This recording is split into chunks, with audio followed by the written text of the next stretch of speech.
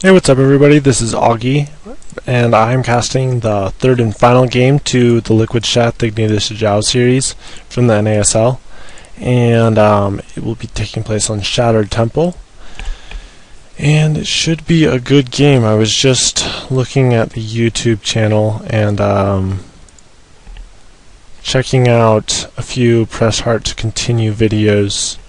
Saw something for Rift, and I hadn't realized this, but Rift has actually gone free to play up to level 20, which I find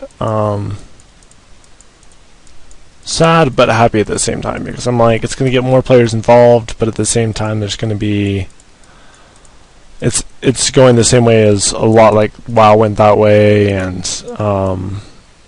LOTRO is that way, and I don't think the Old Republic has gone that way yet. I think that one is still new enough. They're getting a good amount of base players. After the base players move in, then they'll start making it more available to other players. But just something, if you guys haven't tried it out, then it is now free to play. I keep hitting enter rather than shift. It's bothering me. Anyway, it's now free to play up to level 20. So if you guys have tried WoW and you've enjoyed that up to level 20, try Rift.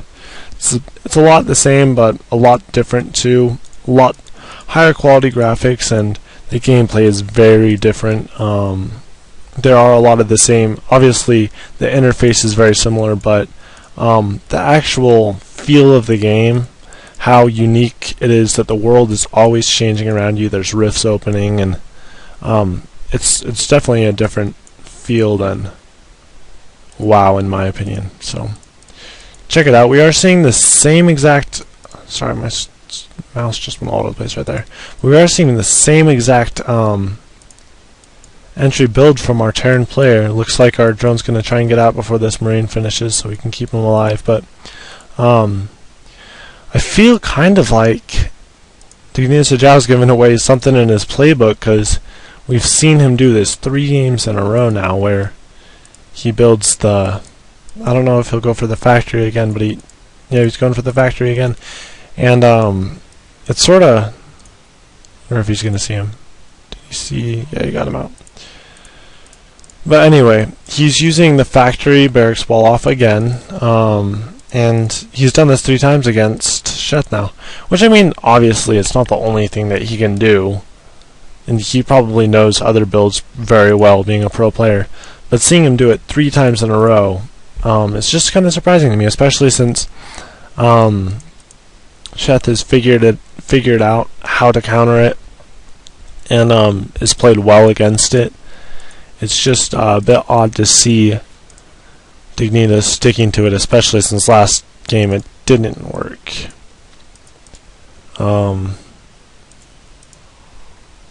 We're seeing a few Lings moving out, and these Marines will get away, it looks like. There is no speed on the way just yet for our Zerg player, but probably we'll see that soon, except for there is no gas being mined. Now there is, barely, right then. And the Lings are going to run right into the base, though. Gonna see what happens here. It looks like the factory was going to land, and then it didn't. So it landed over here. He may have done that just to trick, because it was floating here, if you guys saw earlier. The factory was, so it was going to drop in for that reactor. However, I do think that possibly, yeah, it was just to keep Sheth thinking that, oh, maybe he's not going to do the Hellion play, but he actually is. I would have been confused too. I would have been like... because it was flying when he came into the base. So a single Hellion going to come up here and probably poke around. Did take 1 hit, which is 25 damage, but nothing that it can't deal with. And we have 2 more on the way, as well as these group of 5 Marines. So a good force out for our Terran player. Nothing that the Zerg player will have too much trouble dealing with, I don't think, but will allow the Terran player to keep pressure up and do the damage he needs. Or keep Sheth on his toes anyway. Dropping a second gas for our Zerg player.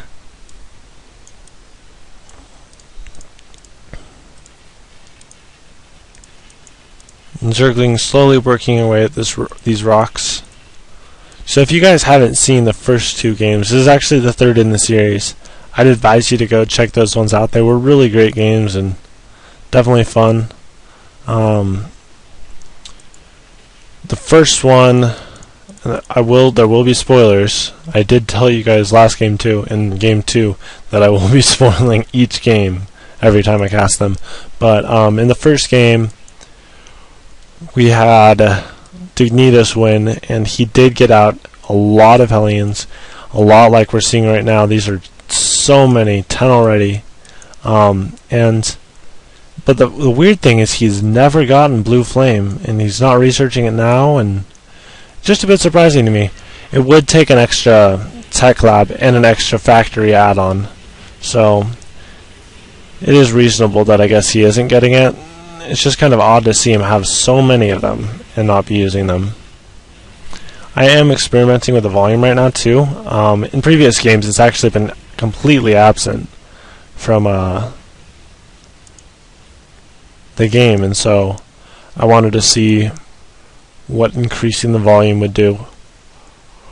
It does look like these Hellions are trapped, but they can probably get down. Oh, never mind. We got Zerglings here. 2 more Hellions, so 6 total still on the field. If you look at the units lost, they're actually exactly the same. Just have a few more. I don't know if any workers were killed. Yeah, 10 total. So actually a good significant amount of damage to the economy. It's not like our Terran player was completely useless in all his attacks. It was definitely some good harassment with the Hellions. We do have our Zerg player sneaking his lings around through the ferns. So even a few lings to kill those while he takes out the economy here.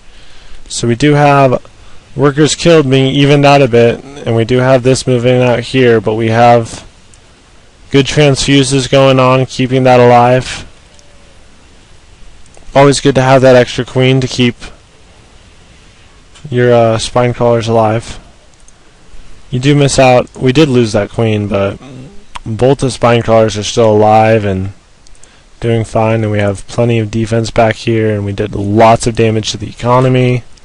Looking now, we have a lot more. The Zerg player is definitely ahead now. Took out every single one of these and reduced the army size significantly because the army was focusing this down, but it received 3 transfuses, so it actually had a total of about 500 health if you think about it. So Zerg player played that very well. And these roaches against this build is pretty strong, but a few stim marines will be able to take this out pretty easy. I think Dignitas is playing well as well. Playing good. Oh, is playing well. I'm an English major, so I have to use correct grammar when I'm talking at all. Which is funny because I suck at talking too. You guys will hear me talking and you'll be like, this guy just sucks at English. I do. I admit it. I'm horrible at English. I need to learn to talk. Thought it was pretty neat that he kept spreading his creep on the high ground. He had it started down here, so you could go ahead and drop the tumors up here, and it would continue to spread on the high ground even though he had the Hellions down there trying to take it out. May have them try and go for a counter up through here.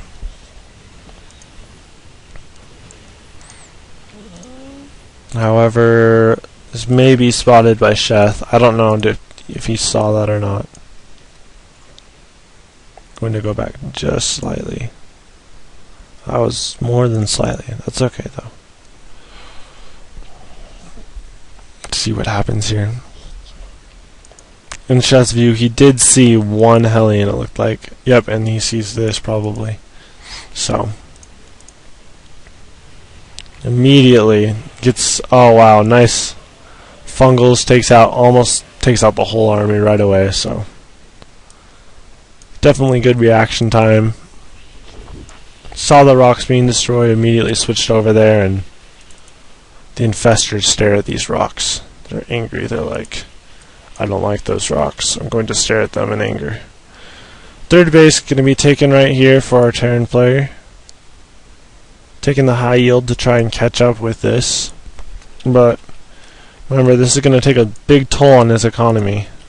He is probably very significantly behind. If you look at at the supply here anyway, it's a very big difference. Oh, I'm still on ×2. Well, that's cool, I guess. Losing a lot of infestors. Oh, it's painful to watch. But good job with that stim right there. Gonna take out every single infestor, even on the creep. Might as well take out the creep while you're here too, so. The one thing that I think would add to this army are a few medevacs. Would keep those Marines alive. And you'd be able to control it a lot better because there's no anti-air. There's just the infestor with the fungals and the infested Terrans. So, and there's only one because, oh no, there's two now. Are there more? Let's see. Nope, just two. And he does have 5 corruptors. I wonder if he's going to be going for, yep, he's going probably for Broodlords right away with those corruptors. Because there's nothing that the Terran has that's air. Siege tank with 10 kills. Our Sergeant siege tank. 11 racking up just lean kills here and there. A few more going to come in, and it's going to go down after 15. Definitely did pay for itself, but some very good play. It doesn't look like much that the Zerg player has right now, but actually does have quite a bit in the base. And it looks like this is probably the end for our Terran player. There's the GG. Great series though. It looks like we have a lot of time left. That doesn't make sense. I wonder what this is all about.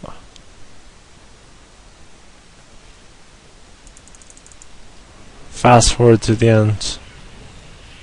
They both did leave the game, so I wonder if it's probably just the NASL finishing up their casting. Anyway, I hope you guys enjoyed the series. I know I did. 2 very great players, and I hope I get the chance to cast Sheth a bit more and cast Dignitas. I don't ever really see Dignitas that much, but I do see him in tournaments. I just choose not to cast Terran more often than not because it's not my race, which I should cast it more though. It'll help me learn it, help me learn how to counter, especially in the pro gaming. So hope you guys enjoyed, and keep it cool, Augie Bro viewers. We'll catch you guys next time.